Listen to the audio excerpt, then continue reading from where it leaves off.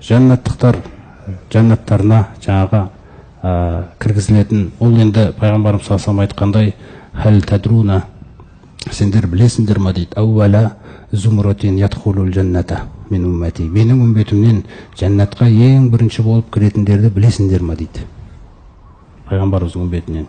Сонда сахабалар айтқан екен, Аллаху ва расулуху а'лам, Аллах және елшісі жақсырақ біледі, Аллахтың елшісі.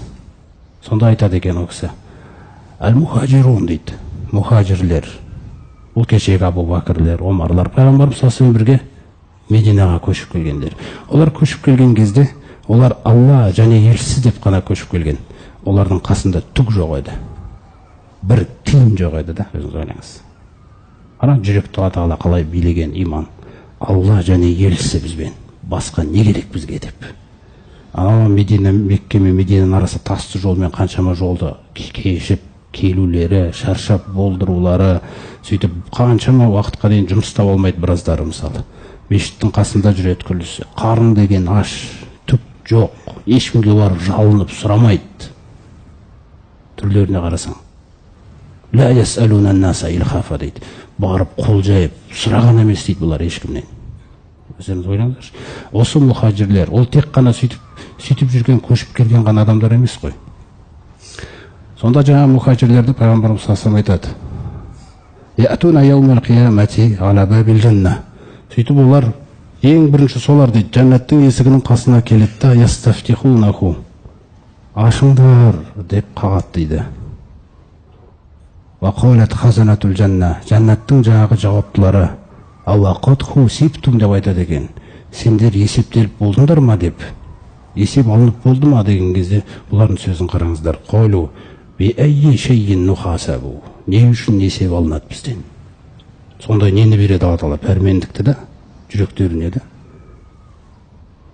Иннама канат суюфуна асияфана ала ватиқина, біз сол пайғамбарға ергеннен бері дейді, қылышымыз мойнымыздан түспеп еді дейді. Ала сабилиллахи хатта митна ала залика, сол жолда өліп кеткенбіз біз. Не үшін бізден есеп алынады деген кезде, фаюфтаху лахум дейді, сөйтіп жәннаттың есігі ашылады. Ең бірінші кіретіндер ғой. Фаяқилуна фиха арбағина амен қобла ан ядхула насу ал-жанна дейді. Енді анау үлкен кезекте тұрған нәрсе де бұл. Кезек, ауқаттылар, бай болғандар ең соңында тұр.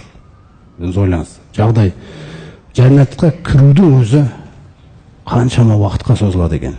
Сонда жаңағы хадисінде пайғамбарымыз соңында айтады, бұлар жәннатқа кіріп дейді, келесі адамдар кіргенше арбағина амен 40 жыл демалып үлгереді дейді. Дәрежелерді көрдіңіз ғой, ешкімге бірдей дәреже берілмейді. Олардың дәрежесі енді ең биік дәрежелер. Өзіңіз ойлай беріңіз да, қандай нәрсе. Осындай жағдайлар болып жатады. Жалпы жәннат туралы хадистер көп, бірақ тақырыптан ауытқымас үшін иншалла.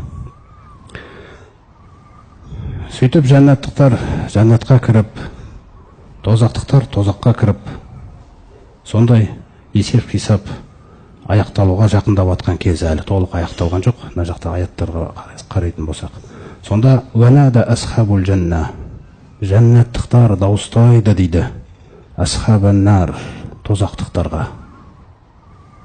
Сонда айтады екен, әнқаду ваджадна ма ваадана раббуна хаққан, Раббымыздың бізге уәде еткен жәннатын сабыр етіңдер, жәннатпен аяқталасыңдар деген осы уәдесін хақ түрде біз таптық деп айтады екен.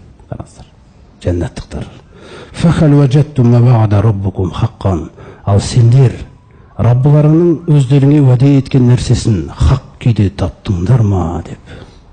Тозақ уәде етілді ғой енді. Егер иман келтірмейтін болса, тәкаппарлық қылатын болса, сонда тозақтықтардың сөзі қолу нағам, иә, таптық, тозақ. Сол кезде арғарай сөзге де бір не берілмей, фәәззана муәззинун байнахум дейді, әллағнатуллахи аля залимин. Сол жерде Раббысы тарапынан бір періште дауыстап, үлкен жар салады дейді. Қандай дегенде, Алланың лағнеті әділетсіздерге болсын деген. Алланың хақысына деген әділетсіздік бірінші орында тұрған. Алланың хақысына әділетсіз қиянат жасағандарға Алланың лағнеті болсын деген үлкен, бұл жай сөз емес, бұл қияметтің үкімі. Өзіңіз ойлаңыз, ол сондай үкім кетеді. Не себепті бұлар? Қандай әділетсіздіктерінің көрінісі қандай бұлардың деген кезде Алла тағала жаңа ақыретті сөйлеп жатып, дүниедегі жағдайға кіріп кетеді қазір. Өйткені дүниеде олар мындай еді деп, дүниедегі өмірлерінен көрініс береді. Ол қандай деген кезде, әллазина ясуддуна ан сабилилля.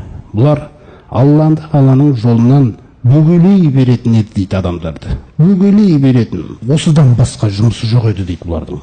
Міне, біреу намаз оқиын деп жатса да тіпті. Ол кездегі мысалы жағдайына қазір мысалдар келтіреміз. Осы дүниеде де намаз оқиын деп жатсаң, оқыма намаз дегендей нәрселер болса мысалы. Бөгелей береді. Осыдан басқа жұмыс жоқ та. Бұл өте үлкен қиянат екен. Ансабилилля, Алланың жолынан деген сөз, Алланың дінінен, Алланың дініне кіруден, Алланың дініне берілуден деген жағдай болып отыр да. Соған жақындатпайды, бөгелейді.